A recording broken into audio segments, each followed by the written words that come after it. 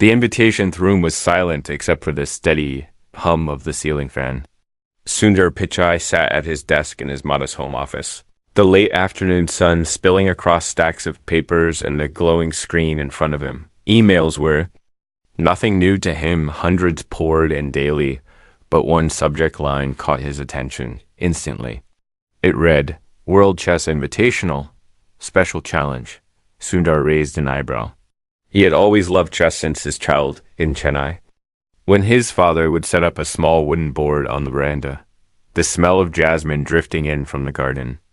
Back then, chess had been less about winning and more about learning patience, strategy, and humility. But it had been years since he played seriously. He clicked the email, curiosity pulling him in. The message was formal yet oddly personal. It announced that a world-renowned chess grandmaster, Viktor Ivanov, was hosting an exhibition match in San Francisco. The event would feature global chess champions, celebrities, and influential thinkers. The twist? One seat was reserved for a special mystery guest to challenge the grandmaster. Apparently, Sundar's name had been chosen not for his chess skill, but because they wanted a high-profile mind from the tech world to test Viktor's ability to think against unconventional players. Sundar chuckled softly, leaning back in his chair. He was no grandmaster, just a man who enjoyed the quiet challenge of the 64 squares. But something in the wording made him pause. The grandmaster has promised to make this match a lesson for his opponent. Sundar knew what that meant. It wasn't just a game. Viktor had a reputation for arrogance. He often belittled opponents, using not only skill, but also words to crush their spirit. Sundar wasn't one for public feuds or dramatic confrontations. Yet a quiet voice inside him said, maybe it's time to sit across the board and see what happens. 3 days later, Sundar found himself stepping into the grand ballroom of the Monarch Hotel. The venue was breathtaking crystal chandeliers hanging like frozen waterfalls, marble floors gleaming under the warm lights, and a giant stage in the center with a single chessboard lit by a spotlight. Photographers hovered near the velvet ropes. Journalists whispered into recorders. And the air buzzed with anticipation. When Sundar entered, conversations paused. Cameras clicked. Some guests smiled warmly, but others whispered, clearly questioning why the CEO of Google was here for a chess match. Sundar offered polite nods, keeping his calm composure, though inside he could feel a subtle tension rising. He spotted Viktor across the room, a tall, broad-shouldered man with silver hair and piercing blue eyes. Viktor was surrounded by admirers, signing autographs with a confident smile that bordered on smugness. As Sundar approached, Viktor glanced up, his smile widening in a way that didn't feel entirely friendly. The tech genius, Viktor, said loudly, ensuring the nearby crowd heard. I hear you know how to move pieces on a board, though perhaps better on a computer than here. A ripple of laughter moved through the group. Sundar simply smiled, extending his hand. It's an honor to meet you, he said quietly. Viktor shook it firmly, but his eyes were already scanning the room as if Sundar was an afterthought. Young reporter stepped forward, microphone in hand. Mr. Pichai, do you think you stand a chance against one of the greatest chess minds alive? Her tone was light, but the question hung in the air. Sundar thought for a moment before replying. I didn't come here to prove who's the greatest. I came here to learn and to enjoy the game. Viktor smirked. Well, you may learn something tonight, but I'm not sure you'll enjoy it. Again, the crowd chuckled. Sundar just nodded, his expression unreadable. Soon, they were seated. At the board, the room dimmed slightly, and a hush fell over the crowd. The pieces were neatly arranged, their ivory and ebony surfaces gleaming under the spotlight. Sundar touched the knight briefly, feeling the smoothness of the carved wood, and a memory flashed in his mind, his father's hand guiding his own, showing him how knights moved in an L shape. The first moves were calm, almost polite. Sundar played cautiously, focusing on building a solid defense. Viktor leaned forward, making his moves quickly, his expression confident. You play like someone reading a manual? Viktor said after Sundar took more than a minute on a move. Chess is not about rules, it's about instinct. You can't program that. The remark was sharp, but Sundar didn't bite. Instead, he moved a pawn forward, quietly setting up a trap 2 moves ahead. The game went on, and Sundar began to notice something. Viktor's style wasn't just aggressive, it was theatrical. Every time he captured a piece, he would place it down with a loud clack, almost as if declaring dominance. He whispered comments under his breath, just loud enough for Sundar to hear, "Oh, dear, bad choice," or "Rook to e5. That's going to hurt you." It was clear Viktor wanted to shake him, but Sundar stayed calm. Each time Viktor tried to provoke him, he focused harder on the board, remembering the lessons of patience he had learned as a boy. Around the 20th move, Viktor made a bold attack. The crowd leaned in, sensing that Sundar's defenses were about to collapse. Cameras flashed. Someone in the audience muttered, "He's done for." Viktor's smirk widened. "Check," he said softly, leaning back. Sundar studied the board, his eyes tracing every possibility. There was a way out risky, but possible. Slowly, he reached for his bishop, moving it in a way that made Viktor's smile falter for the first time. A few gasps rippled through the audience. One spectator whispered, "That's interesting." Viktor narrowed his eyes, leaning forward to study the board again. The match, which seemed almost decided, had just shifted.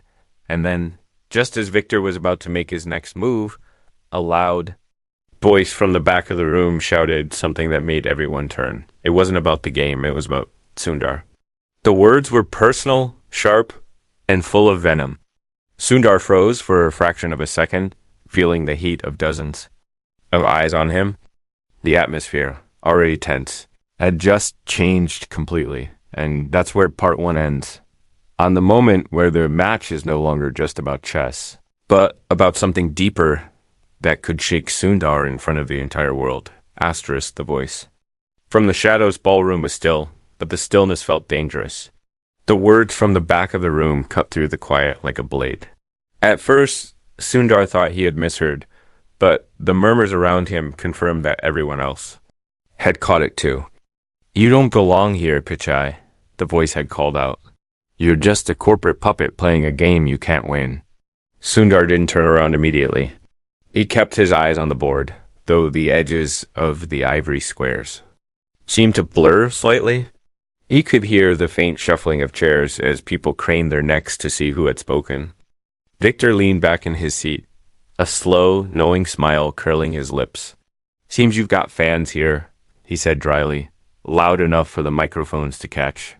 A small ripple of laughter followed from somewhere in the audience, but most people stayed quiet, sensing this was no ordinary heckle. Finally, Sundar looked over his shoulder. A man stood at the back, tall and lean, wearing a dark suit with no tie. His face was sharp, almost hawk-like, and his eyes locked on Sundar with a mixture of disdain and challenge. Sundar didn't recognize him immediately, but there was something familiar about his voice, a hint of an old memory trying to surface. Security began moving toward the man, but he raised his hands casually. "Don't worry," he said. "I'm not here to cause trouble. I'm just here to remind everyone that intelligence is not the same as power, and that some people hide behind their titles." The room was on edge now. Viktor tapped a piece, idly, clearly enjoying the disruption. "Shall we continue, or do you need a moment to collect yourself?" he asked, his tone dripping with mock sympathy. Sundar straightened in his chair, offering no reply to Viktor. Instead, he nodded to the referee to proceed. But inside, his thoughts were anything but calm. Who was this man? Why did his voice stir? Something unsettling in Sundar's mind? And why here in front of the cameras in the middle of a match already charged with tension? As Viktor moved his rook with the casual grace of someone convinced of their inevitable victory, Sundar's mind snapped back to the board. The game had shifted since the bishop move earlier. Viktor was still in control, but the position was more delicate than he realized. Sundar's fingers brushed over the edge of a pawn, then withdrew. He was playing a longer game now, one that wasn't just about the 64 squares.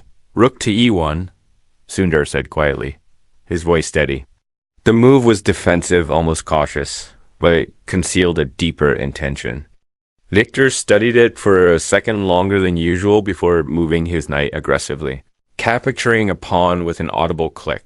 The audience followed each move with breathless attention. Whispers about the man in the back mingled with discussions. Of the board, Sundar could feel eyes on him from every direction. He leaned forward, elbows on the table, studying the black and white battlefield with the intensity of someone reading between lines in a dangerous contract. Another 5 moves passed, each one tightening the tension. Sundar began to push Viktor, subtly, into positions that forced him to think more than he liked to in public matches. Viktor's speed slowed, his confident rhythm interrupted. But just as Sundar began to feel the faintest edge of momentum, the man in the back spoke again, his tone almost taunting. Tell them, Pichai. Tell them about the last time you played chess in public. Tell them why you swore you'd never do it again. This time, Sundar's hand froze above the board. His eyes flicked up for just a second, and in that moment, Viktor made his move, a queen sliding into a dangerous position, threatening a devastating check. The crowd gasped. Sundar knew exactly what the man was referring to now. It was a memory he had buried deep from his early days at university, when a public match had turned humiliating because of a mistake he made under pressure. It wasn't just losing, it was the way his opponent had humiliated him in front of everyone, using the loss as proof that Sundar overthought simple things. It had stung so deeply that he avoided competitive chess for years. The man's words had been aimed with precision, but Sundar was no longer the unsure boy who walked away from that board years ago. He inhaled slowly, blocking out the murmurs, the cameras, and even Viktor's smirk. The room seemed to fade until there was only the board and the endless possibilities within it. His hand lowered, and he moved his knight into a position that not only blocked Viktor's check, but also set up a counterattack that only a deeply focused eye would see. A murmur swept through the front rows. One elderly man in the audience leaned forward and whispered to his companion, "That's clever." Viktor's smirk faltered for just an instant. The man in the back said, "Nothing this time." But Sundar could feel his gaze like a weight on his shoulders.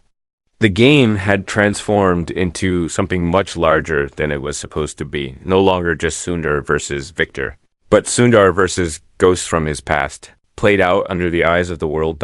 And as the tension built, Viktor reached forward, with his queen sliding it forward with a loud, deliberate sound. His eyes locked on Sundar's as he said quietly, "Check." But what neither Viktor nor the audience saw yet was that Sundar had planned for this exact move 3 turns ago. And the next piece he would touch might change the entire match. Asterisk the counterattack for a moment. Sundar didn't move. His fingers rested lightly on the edge of the table, his eyes scanning the board in a slow, deliberate rhythm. Viktor's queen loomed dangerously close.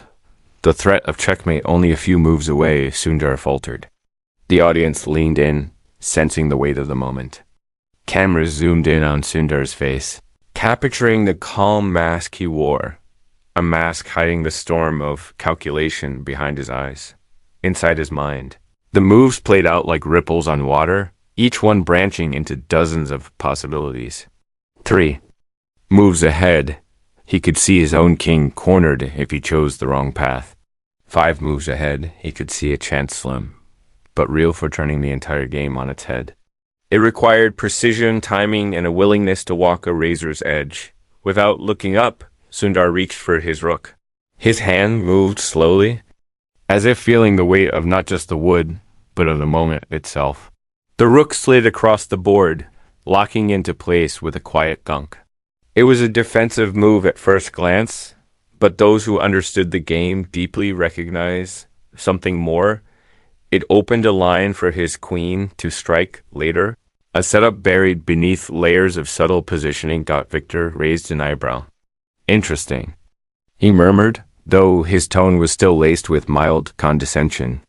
He responded quickly, shifting his bishop into a more aggressive stance, pressing the attack. But Sundar didn't flinch. Instead, he began tightening the noose, not around Viktor's king yet, but around his options. Every move Viktor made seemed to give Sundar another thread to weave into the trap. He wasn't rushing. He wasn't letting Viktor's theatrics dictate the pace. He was reshaping the match into his own rhythm, one careful, deliberate beat at a time, dot by the 30th move. The tide was starting to turn in a way most of the audience couldn't yet see. Viktor still had the advantage in material, more pieces on the board, but Sundar's positioning had grown unexpectedly dangerous. A quiet buzz began to spread among the front rows, where experienced players were beginning to whisper about the shift. Viktor leaned back in his chair, studying Sundar with narrowed eyes. "You've been holding back," he said quietly, almost as if testing him. Sundar didn't answer. He only moved his knight into a position that made Viktor pause for a fraction of a second before making his own move. That's when Sundar saw the opening, so small and fleeting that it might vanish in an instant if he hesitated. Viktor's last move had left a diagonal line vulnerable, one that could be exploited if Sundar committed to it immediately. But the move carried risk. If Viktor saw through it, Sundar would lose not only his queen, but also any chance at recovery. He reached forward. The world seemed to hold its breath. His queen slid across the board in a long, sweeping motion, capturing Viktor's rook and simultaneously threatening his king in a way that forced Viktor to respond. The crowd reacted instantly. Some gasped, others murmured in recognition of the boldness. A few even clapped softly before the referee raised a hand to remind them of silence. Viktor's smirk returned, but it was thinner now, more forced. He leaned forward, studying the board with new seriousness. "Bold," he said, "but boldness without calculation is suicide." His tone was still sharp, but Sundar caught the faintest trace of something else respect, or at least a grudging acknowledgement that the game was no longer the easy exhibition. He had promised himself it would be Viktor moved his king out of immediate danger. But in doing so, he left another piece exposed. Sundar struck again, his bishop sweeping in to take the knight that had been controlling the center. It wasn't just about gaining material, it was about dismantling Viktor's control over the flow of the game, piece by piece. Sundar began to chip away at Viktor's dominance. The board was shifting in subtle ways, each move bringing the two players closer to an even footing. The tension in the room was palpable now. Even those who didn't fully understand chess could sense that something had changed. And then, from the back of the room, the man's voice came again low, but cutting through the silence like a cold wind. "Looks like you learned a few tricks since the last time we played, Pichai." The words hit Sundar harder than he expected. Since the last time we played. Suddenly, the memory sharpened. He remembered a dimly lit college common room, a much younger version of himself sitting across from a smug opponent who toyed with him before delivering a crushing defeat. He remembered the humiliation, the laughter from the small crowd that had gathered, and the promise he made to himself that he would never again allow pride to blind him in a game. The man at the back wasn't just some heckler, he was that opponent. Sundar kept his eyes on the board, but his mind was racing. Why was he here? Why now? And what did he want? Viktor made his next move, breaking through Sundar's pawn structure on the left flank. It was a strong move, but Sundar was ready.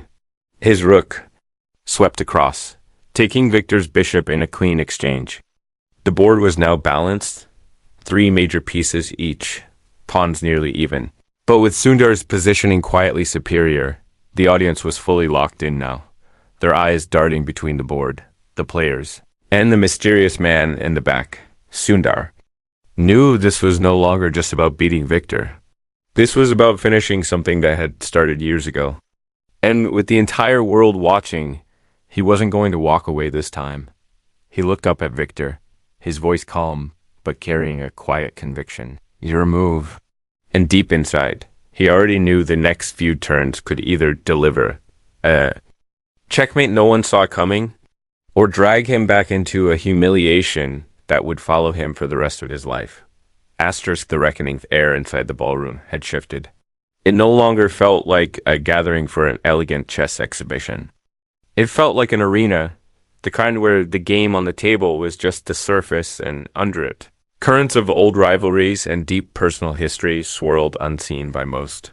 Sundar's fingers rested on the edge of the table, his eyes fixed on the board, but every fiber of his awareness could feel the presence of the man in the back. It was as if the years between that humiliating night in college and this moment had been erased, as if the same unspoken challenge was hanging in the air. Prove yourself or be broken again, thought the grandmaster. Viktor Ivanov seemed almost to sense that something was brewing beyond the board. He leaned back in his chair, his sharp eyes glancing between Sundar and the shadowy figure at the back of the hall. You seem distracted, Viktor said, his voice carrying a mixture of curiosity and calculated provocation. Not a good state of mind when your king is exposed. The words were smooth, but Sundar noticed a slight hesitation in them. Viktor knew the position wasn't as secure as it looked. The truth was, Sundar's king was under pressure, yes, but not in the way the crowd thought. Viktor's earlier aggression had overextended some of his own defenses, and if Sundar played the next sequence with precision, it could tip the balance. Still, the mental strain of the moment was heavier than any match Sundar had played before. It wasn't just about tactics now. It was about refusing to let old wounds dictate his future. Asterisk. Then the man at the back of the room moved. He stepped out from the shadows, walking slowly toward the stage. The soft echo of his shoes on the marble floor drew every gaze. Conversations hushed. The security team tensed, but didn't stop him, perhaps sensing that whatever was about to happen was part of something bigger than they understood. When he reached the rope that separated the audience from the stage, he stopped. "Ladies and gentlemen," he began, his voice calm but dripping with confidence. "You may not know me. My name is Rohan Mehta. Years ago, long before Mr. Pichai became a household name, he and I sat across a chessboard in a university lounge. He challenged me, convinced he could beat me. He lost, badly, and when he walked away that night, he said," Rohan's eyes locked on Sundar's. He said he'd never let himself be embarrassed like that again. The crowd reacted in a low wave of murmurs, some glancing at Sundar with surprise, others with a hint of doubt. The camera swung toward him, hungry for his reaction. Viktor smiled faintly, as if enjoying the added psychological weight being piled onto his opponent. Sundar didn't flinch. He didn't look at Rohan. Instead, he looked at the board, letting the noise fade into the background. He remembered that night vividly now, the flicker of the fluorescent lights, the chipped edges of the chessboard, the heat of humiliation on his face as laughter rang in his ears. He also remembered something Rohan didn't mention, that Sundar had been exhausted from studying, that it wasn't arrogance but a misplaced confidence in himself, and most of all, that it was Rohan's cruel taunts that made him leave the game entirely. This wasn't college anymore. And Sundar wasn't that young man. He reached for his rook and made a move that instantly caught Viktor's attention. Rook to the 7th rank, slicing deep into enemy territory. It was a bold, invasive maneuver, one that disrupted Viktor's pawn structure and forced his queen into a defensive role for the first time in the match. The shift was subtle but undeniable. The murmur in the room changed tone. The commentators, who had been quietly narrating for the broadcast audience, began noting that Sundar had created a dangerous pass pawn. Viktor frowned slightly, adjusting his posture. The ease with which he had played earlier was gone. Rohan, still at the rope, smirked and said, "Don't get too comfortable, Pichai. You always overplay your hand. You think you're in control, then it all falls apart." Sundar finally looked at him, his gaze steady. "Maybe. Or maybe I just learned to be patient." He turned back to the board. Viktor moved his bishop too, try and pin one of Sundar's pieces. But Sundar's next move neutralized it instantly. Knight to f6. A fork that attacked both Viktor's queen and rook. The crowd erupted in gasps. Viktor's eyes narrowed, his fingers hesitating above the board for the first time. "Clever," he said, almost grudgingly. before sliding his queen to safety. Sundar claimed the rook, the balance of material now tilting in his favor. This was no longer a game being played on Viktor's terms. Sundar's calm, methodical approach was drawing him into deeper water. And Rohan's presence, instead of destabilizing him, was sharpening his focus. But Sundar knew better than to think. It was over. Viktor Ivanov wasn't a grandmaster for nothing. And Rohan, standing there with that faintly mocking smile, was still waiting for an opportunity to twist the knife dot as the game tightened. Sundar began to sense that something unexpected was about to happen, something beyond the chessboard entirely. Rohan shifted his stance, leaning slightly toward the stage, as if preparing to say something that would change the direction of the night once again. And just as Viktor reached for his next piece, Rohan opened his mouth, and the words that came. Out made the entire room fall, silent in shock. Asterisk the revelation. Sound of Rohan's voice seemed to echo unnaturally in the ballroom, even though he spoke in a steady, measured tone. Every head turned toward him, and the cameras pivoted sharply, eager to capture whatever this moment was about to become. "You see," he began, his eyes locked on Sundar like a predator that had waited years for the perfect moment. "What?" Most people don't know is that night at the university wasn't just a casual game. It was a wager. He didn't just lose to me, he promised something he never delivered. He promised he'd stand with me in a venture, help me build a project I'd been working on for years. But when he lost, he walked away and left me too. Watch someone else take the idea and turn it into a fortune. A wave of gasps rolled through the audience like a physical force. Murmurs erupted in every corner of the room, and several reporters began scribbling frantically. Sundar felt the spotlight burn a little hotter on his skin, though he kept his gaze fixed on the board. Rohan's words weren't entirely accurate. There was truth in them, yes, but twisted and bent to fit his narrative.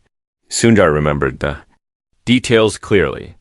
The project was little more than a crude outline, riddled with legal and ethical risks. Sundar had declined not out of arrogance or malice, but because he knew it could never work the way Rohan wanted it to. Viktor sat back, watching the scene unfold like a spectator who had just been handed a more thrilling side plot to his own. "Game?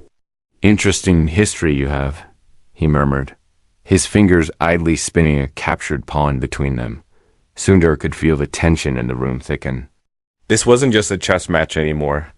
This was becoming a trial. The board acting. As the witness stand, Rohan had managed to weaponize the moment, casting Sundar not as a challenger to a grandmaster, but as a man with an unfinished debt. He took a slow breath, forcing himself not to rush. In chess, panic was the enemy. In life, it was no different. He studied the board and found his next move a calculated, calm rook shift that subtly increased the pressure on Viktor's king. The audience's eyes flicked between the two battles now happening at once, the silent war of strategy. On the table and the verbal confrontation hovering above it, Rohan wasn't done. "You know why he's good at running a company?" Rohan continued, pacing slightly as if giving a speech. "Because he's good at walking away when it's convenient. He's good at keeping his image polished while others take the fall. That's not strategy, folks. That's survival."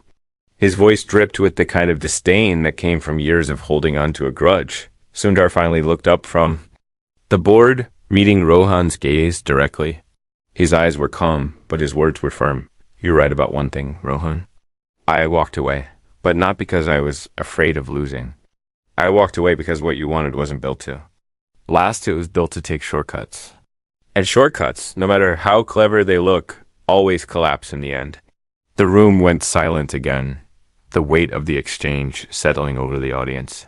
Rohan's jaw tightened, but before he could speak, Viktor leaned forward with a small chuckle. "Fascinating," he said, sliding his queen to intercept Sundar's advancing rook. "But let's not forget this is still a game. And in this game, personal history doesn't matter, only moves do." But Viktor was wrong. In this game, personal history mattered more than he realized. Because Sundar wasn't just playing. To win a match, he was playing to prove something. To himself and to everyone watching, he scanned the board again and saw it a sequence only visible. If one was willing to sacrifice in the short term for a long-term gain, it meant giving up his queen, the most powerful piece he had, in order to create a forced checkmate in 6 moves.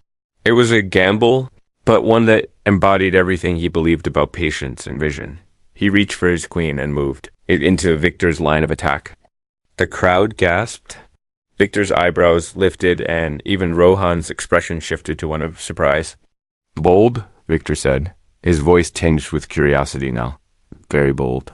He captured the queen without hesitation, thinking he had just landed the decisive blow. But Sundar's next move came instantly, his rook sliding into a position that trapped Viktor's king in a tightening cage. Murmurs spread as more experienced players in the room began to see if the setup. The inevitability. Rohan, single quotes, faltered for the first time. What are you doing?" Sundar didn't answer. His focus was absolute now, every neuron firing toward the finish. He moved like a man who had already played this ending in his mind 100 times. Viktor moved again, trying to wriggle free, but the net was closing. In just a few more turns, the checkmate would be undeniable. The crowd leaned forward in unison, caught between disbelief and awe, and as Sundar's rook slid into place for the penultimate move, he looked up, not at Viktor, but directly at Rohan, and said quietly, "This time, I'm not walking away." The crowd erupted, and Viktor, realizing the trap was complete, sat back with a slow exhale. "Well," he said softly, "finish it." Sundar's hand hovered over his rook, ready to deliver the final blow. But just as he was about to move, a sudden commotion at the far end of the ballroom made him stop.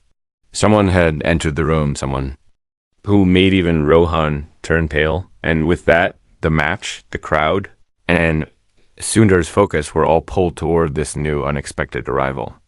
Asterisk. The final move, heavy double doors at the back of the ballroom swung open, their hinges creaking just enough to cut through the tense silence that had wrapped itself around the game. Heads turned almost in unison, the ripple of movement like wind moving through tall grass. At first, the figure in the doorway was just a silhouette against the bright corridor lights. A tall woman in a dark overcoat, her posture upright and unshakably confident. She stepped forward slowly, her heels clicking against the marble floor in a rhythm that seemed to pull the entire room's attention toward her as she moved closer. The light caught her face, and Sundar felt his breath catch. It was Dr. Ananya Desai, one of the most respected figures in the global tech community, known not only for her groundbreaking research, but also for her fearless stance against corruption and intellectual theft. She was a legend in her own right, a woman whose voice carried weight in every corner of the industry, and something the audience didn't know. She had been the faculty advisor present on that fateful night years ago, when Rohan humiliated him. In front of their peers, she didn't speak until she reached the velvet rope. But when she did, her voice was crisp, carrying effortlessly across the ballroom. "Rohan Mehta," she said, her tone devoid of any warmth. "You forgot to tell them the rest of the story." The murmurs in the crowd returned, now charged with curiosity. Rohan stiffened, his jaw tightening. "You forgot to tell them?"